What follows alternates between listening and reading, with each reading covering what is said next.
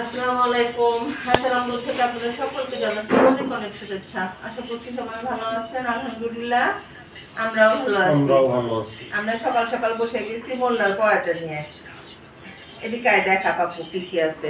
আমাদের পাপ্পু নিয়ে এসছে গরম গরম পরোটা, সবজি আর হলো ডাল। আমাদের আরবাগের বিখ্যাত পরোটা হলো মোল্লার পরোটা, খুব মজা খেতে। যাই হোক আমরা এখন টেবিলে বসে গেছি। সবাইকে শুভ সকাল। মজা করে সে কড়াইয়ের মধ্যে বসে মোল্লার পরোটা খাচ্ছে। আমরা আবার খাবার খেতে কোনো লজ্জা পাই না, তাই না আমি শোনাবো?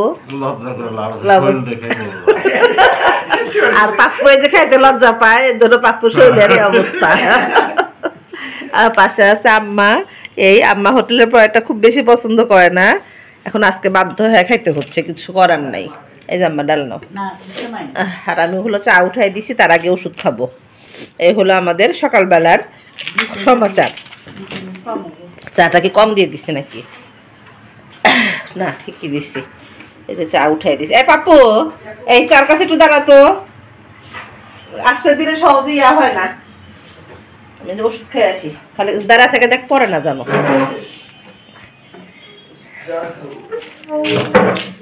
ডেলি লাইফ ব্লগে জীবনে যা যা ঘটে সব আনতে হবে, কোনো কিছু আড়াল করলে চলবে না, নাকি বলিস পাপ্পু? হ্যাঁ, পাপ্পু কেন মাঝে মধ্যে ঢাকায় আসে এটাও আসবে ধীরে ধীরে। এটা হলো লেটেস্ট খবর, বুঝছিস? আর আম্মাই যে সেমাই বের করছে। তো যাই হোক, আগে ওষুধটা খেয়ে নিই। এই যে পাপ্পু আর পাপ্পুর দুলাভাই। পাপ্পু চা বানান 4-5 কাপ, আমি 4 কাপ দিতে হবে। চা 4 কাপের 4 চামচের একটু বেশি দিতে হবে। পাপ্পু শেখ, এভাবে এভাবে সকালবেলা চা বানাবি, বুঝছিস? তোর বউ যদি কয় দুলাভাইয়ের কাছ থেকে কি শিখছো, তুই কি কবি? তো আল্লাহ, এই হলো আমাদের চা বানানো পর্ব চলতেছে। তুই কাপগুলো রেডি কর পাপ্পু। টেতে চা চলে আসছে, ফাটাফাটি 4 কালার, তাই না পাপ্পু? দেখ কি মারাত্মক না, মারাত্মক কোনোদিন 4 কালার হয় না।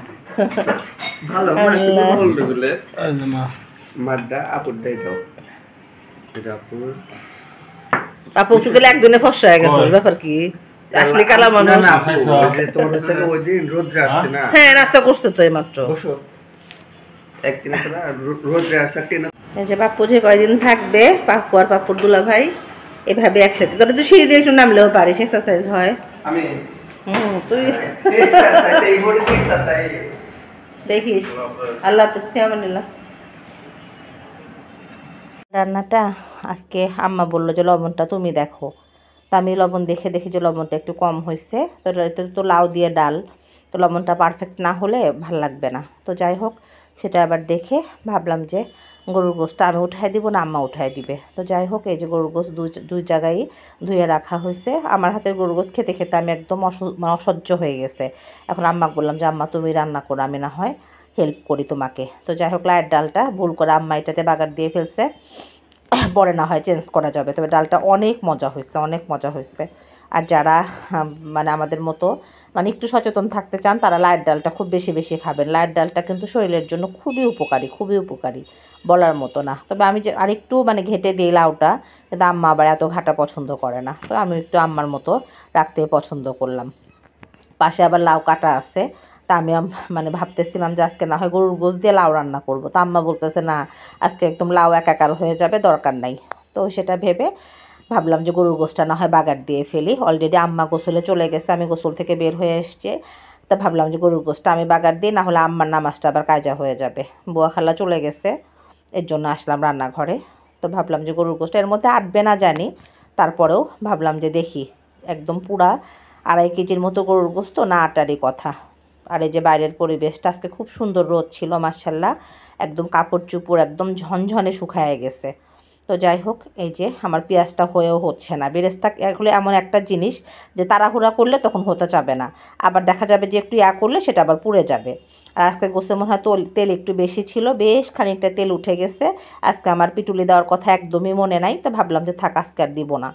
মা বললো যে বেশি করে আম্মা আজকে চলে যাওয়ার কথা, বেশি করে রান্না করে ফেলি, ফ্রিজে থাকলে তার তো শুধু বড় নাতিকে নিয়ে চিন্তা, যে সে কী খাবে, সে কী খাবে, মানে মিশনকে নিয়ে সে তার ধ্যান জ্ঞান সব কিছু। বলতেছে বেশি করে রান্না করে দিয়ে গেলাম, তুমি ফ্রিজে রেখে মিশনকে দিবা, তাহলে তোমার টেনশন কাজ করবে না। আসলে মারা তো মাই না, সব কিছুতেই মনে হয় যে আমার টেনশন যাতে কম কাজ করে। তো যা বললাম তাই, এক কড়াইতে আটলো না, পাশে আবার এই যে 2টা বাটিতে বেড়ে রাখলাম, যে না এভাবেই জাস্ট ফ্রিজে রেখে দিলে হয়ে যাবে, একটা কড়াইতে আটা সম্ভব না। তো যাই হোক, আম্মা এসেছিল, শরীর খারাপ ছিল কিন্তু তারপরেও মনে হচ্ছিল যে না, সাহস পাচ্ছিলাম, ভালো লাগতেছিল। কিন্তু আজকে বলতেছে চলে যাবে, মনটা না মনের অজান্তেই কেমন যেন খারাপ লাগতেছে, ভাল লাগতেছে না, খুব কষ্ট হচ্ছে। বাড়ির কর্তাকে মানে ঘিরেই সব কিছু আয়োজন চলে, ব্যস্ততা চলে, সব কিছু। ওর বাবা বাসায় না থাকলে আমাদের দুপুরের লাঞ্চটা খুব এলোমেলো হয়ে যায়, খুব এলোমেলো হয়ে যায়। ওর বাবা বাসায় থাকলে কখনোই হয় না। তো যাই হোক, ছেলেরা স্কুল থেকে এসে যার যার মতো খেয়ে নিছে। কালকে আমার খালা অ্যাবসেন্ট ছিল, আজকেও অ্যাবসেন্ট করার মানে মন মানসিকতা ছিল। তারপরে যাই হোক, তাকে ধরে বেঁধে নিয়ে আসা হয়েছে যে আজকে যদি অফ দাও তাহলে আর আমার উপায় নেই। তো যাই হোক, শেষ পর্যন্ত আসছিল। তা আমার তো সব কিছু আবার টাইম মতো করতে হবে, সব কিছু টাইম মতো করতে গিয়ে দেখি যে সে রান্নাঘরটা অগোছালো করেই চলে গেছে। সে দুটোও গোছাতে পারে না ওভাবে, আমাকে গোছাতে হয়।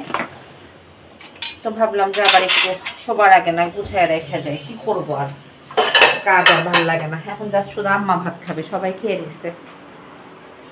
মাহিন মিশন পড়তে বসো, মাহিন মিশন বসতো, মিশন মাহিন পড়তে বসো, ভাইয়া পড়তে বসতে।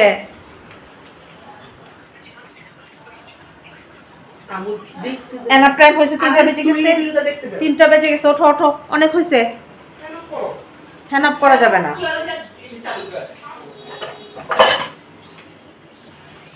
আম্মা নামাজ পড়তেছে, আম্মার নামাজ পড়তে আজকে দেরি হয়ে গেছে, বেশ খানিকটা সময় লেগে গেছে। আর এমন মাথা ব্যথা করতেছে তা বলার মতো না, মানে মাথার মধ্যে টনটন টনটন করতেছে। ওকে যে নাপা খাবো সেটাও মানে ভয় পাচ্ছি যে। জি বাবা, কি বলো? না বলো, কি লাগবে? আমার একটা বন্ধু আসতেছে। হ্যাঁ, কেন? ওর বাসায় এখন তালা, আন্টি বাইরে গেছে, ছোট ভাই মাদ্রাসায় গেছে, চাবি আসো, নিয়ে আসো, আসতে বলো। কোথায় পড়ে? রায়বা মডেলে?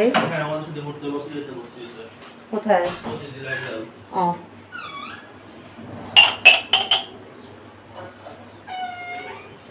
মিশনের একটা ফ্রেন্ড আসবে, সেটা বললো মিশন।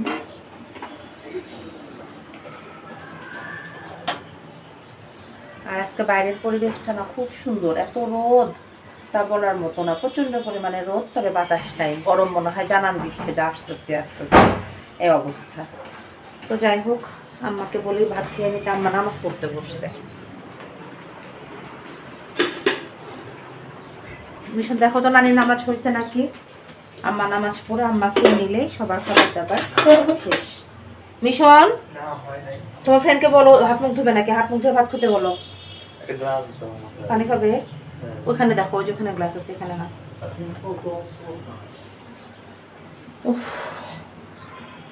তো এই যে চা বানায় আম্মাকে বললাম, আম্মা অলরেডি নামাজ পড়ে উঠছে, তো বললাম যে আম্মা চা খেয়ে নাও, আর আমি চা খেয়ে তারপরে যাব। তো যাই হোক, 2 ছেলেকেও বললাম যে ইয়া করো, তোমরা সব যার যার মতো চা নিয়ে নাও। তো আম্মা বলতেছে যে চাটা খুব মজা হয়েছে। আমার বড় ছেলে, ছোট ছেলে আবার মজা করে বলতেছে, নানি তোমার হাতের পায়েস আর সেমাই পারফেক্ট, আর আমার আম্মুর হাতের চা পারফেক্ট। আসলে যার যার কাছে তার তার মা রান্না বান্না পারফেক্ট, তাই না? তবে আমার বড় ছেলের কাছে তার নানির সব কিছু পারফেক্ট। তা আমি কি যেন একটা মজার বিষয় নিয়ে আম্মার সাথে গল্প করতেছি, আর সেই সাথে ভাবতেছি যে আম্মার জন্য একটু পায়েসের প্রিপারেশনটা শুরু করে দিই। আম্মা আবার একটু পায়েস রান্না করবে, তো বলতেছে যে তাহলে দুধটা না হয় গ্যাসের চুলায় তুমি দিয়ে যাও। তো আমি আবার সেটাই যে দিয়ে দিলাম। আম্মার হাতের পায়েস রান্না আমার সাহেব খুব পছন্দ করে, আর বাসায় অনেক পাটালি গুড় জমা হয়ে আসছে, তো ভাবলাম শেষ করা দরকার। আম্মা পায়েস রান্না করতেছে আর আমি আম্মার সাথে দাঁড়ায় দাঁড়ায় হেল্পারি করতেছি। এই যে আম্মা পায়েস রান্না করে, এখানে আমার মা হলো পায়েস রান্না করার, সেমাই রান্না করার ঈশ্বর, এটা হলো আমার আব্বা বলে। হ্যাঁ, যে আম্মা নাকি জীবনে আর কিছু পারুক আর না পারুক, মিষ্টি জিনিস খুব ভালো রান্না করতে পারে, তাই না আম্মা? আল্লাহ, তাতে গল্প করতে করতে আমার খেয়ালই নাই যে বারান্দায় কাপড় চোপড় আসছে অনেক অনেক, তো দেখি না কমে, আম্মা মনে হয় উঠায় ফেলছে। বারান্দাটা একদম যাযাবর অবস্থা হয়ে আছে। তার আগে আমি আগে ড্রয়িং রুমে কুশন কভারগুলো পরায় আসি, একদম পচা দেখা যাচ্ছে। হঠাৎ করে আবার কে কোন দিক দিয়ে চলে আসে। আর এক সেট আছে, কোথায় রাখছি নিজে খুঁজে পেলাম না। 1, 2, 3, 4, বড় একটা কোথায় মা? আর একটা পাচ্ছি না। ও পাইছি পাইছি পাইছি, এই যে আর তোমার কি ম্যামের পড়া সব হয়েছে? আসরের পরে পড়তে হয় না কিন্তু। তোমার যদি ম্যামের পড়া সে এই যে মাহিনে নাজেহাল অবস্থা প্রতিদিন এই দেখেন তার বই পুস্তক কি অবস্থা কত। হাই বলো। তুমি একে আমি বলি যে তুমি স্কুল থেকে এসে পড়াগুলো কমপ্লিট করো, আর তাহলে আসরের পর পড়লে মাথা ব্যথা করে আর না হলে চোখের সমস্যা হয়। সমস্যা নাই সেটা তো তুমি বলো, কিন্তু আম্মু তো জানে সমস্যা আছে। না রাত্রে না, তুমি রাত 1টা পর্যন্ত পড়ো, এটা আমার পছন্দ না। তুমি পড়া শেষ করো। সে প্রতিদিন স্কুল থেকে এসে অনেকটা টাইম নষ্ট করে পরে সে টেনশনে পড়ে যায়। এই হলো অবস্থা। আর আমার বড় ছেলে, তার তো যে পর্দা টেনে টেনে থাকার অভ্যাস, এই যে হেয়াগুলো এখন লাগায় ফেলে, কি বৃষ্টি লাগতেছে দেখতে না, পচা দেখা যাচ্ছে। দেখি মিশনকে একটু বলে যে মিশন হেল্প করে নাকি। আব্বু, মিশন আম্মুকে কি একটু হেল্প করতে পারবো আব্বু? ওই যে ওই কাবারগুলো একটু লাগাই দিতে পারবো আমাকে? তাহলে তুমি যাও, তুমি ড্রয়িং রুমে যাও, তুমি লাগাই দাও, আমি কাপড় চোপড়গুলো উঠাই, না হলে আম্মুর দেরি হয়ে যাবে। আম্মার ওড়নাটা শুকায় গেছে। আমার আম্মা কাপড় চোপড় এত মানে মচমচে করে দেয়, এক ফোঁটা পানি থাকে না এরকম, এই জন্য শুকায় গেছে সব। তো যাই হোক, বড় ছেলেকে বললাম, বড় ছেলে বললো যে ঠিক আছে দিচ্ছি, আজকাল গাছে পানি দিতে হবে না। তোমার নানি পায়েস রান্না করতেছে, পুরা বাসা একদম পায়েসের, হ্যাঁ ইয়াতে মোমো করতেছে। আম্মা ওর না আমি উঠাইছি, ওটা শুকায় নাই। তো যাই হোক, দেখি আম্মার পায়েসের খবর কত দূর। ও আম্মা গ্যাস বন্ধ করে দিচ্ছে অলরেডি, কেন বুঝলাম না। দুধ জাল করে বন্ধ করে দিচ্ছে, সময় লাগবে হয়তো। তো যাই হোক, খাবারগুলো আব্বু আমি পড়াই তাহলে, থাকো। আমি চলে আসলাম ড্রয়িং রুমে। মিশন আবার নানির সাথে একটু গল্প করতেছে, তো ভাবলাম যে তাহলে আম্মা পায়েস রান্না করুক আর মাহিনের সাথে মিশনের সাথে গল্প করুক, আমি না হয় লাগাই ফেলি। আর এখন না ফ্যান বন্ধ করে ভয়েস পরে দিতে হবে, কারণ এত গরম লাগে আমারটা বলার মতো না। তো যাই হোক, আম্মা আজকে চলে যেতে নিছিল, একদম টানাটানি করে রাখছি যে আম্মা আজকে যাও না কালকে যাও। আসলে জীবনে এক এক সময় এক একভাবে এক এক রূপে মনে হয় মাকে লাগে। মাকে লাগে না এমন মনে হয় কোনো সময়ই হয় না, মানে সময়ই থাকে না জীবনে। এই দুটা বাচ্চা যখন হয়েছিল মিশন মাহিন, এই আম্মা যে কীভাবে ওদেরকে আড়াল করে রাখতো, কীভাবে জাগলে রাখতো। আম্মা না থাকলে দুটা বাচ্চা পরপর আমার মনে হয় যে সুন্দরভাবে আমি ম্যানেজ করতেই পারতাম না। তারপর ওরা যখন মানে বড় হয়ে গেল, তখন ভাবলাম যে না এখন মনে হয় মানে অতটা কষ্ট হবে না। কিন্তু এখন যখন মনে হয় যে না, এই বড় ছেলেটা মানে 15 দিন 1 মাস গেলেই কেমন জানি একটু বোর ফিল করে, বা পড়াশোনার ব্যাপারে একটু অমনোযোগী হলেই আম্মা যখন বাসায় আসে ওকে যখন বুঝায় বা বলে, আম্মা একটু কাছে বসে, তখন দেখা যায় কি যে আবার সে আগের মতো হয়ে যায় বা অ্যাক্টিভ হয়ে যায়। এই তো সেটাই ফিল করতেছিলাম যে আসলে মা তো মাই, তাই না? আমার বয়সী যারা ভিডিওটা দেখেন তারা হয়তো ধীরে ধীরে উপলব্ধি করতে পারবেন। বয়স যখন 30 আপ হয়ে যাবে, 40-র কাছাকাছি হয়ে যাবে, তখন প্রত্যেকটা মানুষই বুঝতে পারে যে আসলে মায়ের অবদানটা জীবনে, মানে শুধু যে মা বই পুস্তকে মা তা না, সব কিছুতেই মানে ভাবলে আমার মনে হয় যে অবাক লাগে। সুস্থতায় বলি, অসুস্থতায় বলি, অনেক সময় রাগ করি বা অভিমান করি, অনেক কথা বলি, কিন্তু দিন শেষে এখন আমি উপলব্ধি করি যে না, আসলে মার জায়গাটা কেউ কখনো নিতে পারে না, কখনোই না। আমার লাইফে তো মানে অসম্ভব অসম্ভব। এই আমার মানে কোনো অসুস্থ হলেই আমি মাকে ডাক দিয়ে আগে বলি যে মা আমি না থাকলে এটা করবা, আমি না থাকলে ওইটা করবা। এই মানে আম্মারও বর্তমানে কাউকে চিন্তাই করতে পারি না, ভাবতেই পারি না। এই মাই গড, কথা বলতে বলতে টায়ার্ড হয়ে গেছি। তো যাই হোক, কুশন কভারগুলো একদম ময়লা হয়ে গেছিলো, তো ভাবলাম যে একটু চেঞ্জ করে নেই, চেঞ্জ করলে ভালো হবে। আর আমার সংসারের সাথে আমার মা মনে হয় যে অতপ্রতভাবে জড়িত, অতপ্রতভাবে জড়িত। আম্মাকে ছাড়া মানে চিন্তাই করা যায় না। আমার সাহেব, আমার 2 ছেলে, খাবার দাবার থেকে শুরু করে কোথাও যাওয়া থেকে শুরু করে সব কিছুতেই এরকম। আমার সাহেবকে আমার আম্মা কখনো ফিল হয় না যে না সে জামাইয়ের বাসায় আসছে, মানে সে বড় জামাই। আমার সাহেবেরও আচরণের ক্ষেত্রে কখনো মনে হয় না যে না আমার মা, মনে হয় আমার চেয়ে তার অনুভূতিটাই বেশি কাজ করে সব সময়। আমার মা কালকে একটু বারবার ঠান্ডায় কাশি দিচ্ছিল, আমার সাহেব সেই সন্ধ্যার সময় সে বলতেছে ছাদ থেকে তুলসী পাতা নিয়ে আসি, নিয়ে এসে মাকে করে দেই যাতে কমে যায়। মানে তার ঠান্ডা লাগলে আম্মা এগুলো করে, সে জানে যে মার ঠান্ডা লাগছে, তার হয়তো কষ্ট হচ্ছে। আসলে সব ভালোবাসাগুলো, অনুভূতিগুলো এরকমই থাকা দরকার। এই ভালোবাসাগুলোর মধ্যে যখন ছলনা আসে বা শয়তানি আসে, তখন দেখা যায় কি ভালোবাসাগুলো আর রিয়াল ভালোবাসা থাকে না। তবে আজ এই পর্যন্তই। সবাই ভালো থাকবেন, সুস্থ থাকবেন, আশার অঙ্গনের সঙ্গে থাকবেন, আমার চ্যানেলটি সাবস্ক্রাইব করবেন, সেই সাথে গঠনমূলক সমালোচনা করবেন। তবে আজ এই পর্যন্তই। আল্লাহ হাফেজ।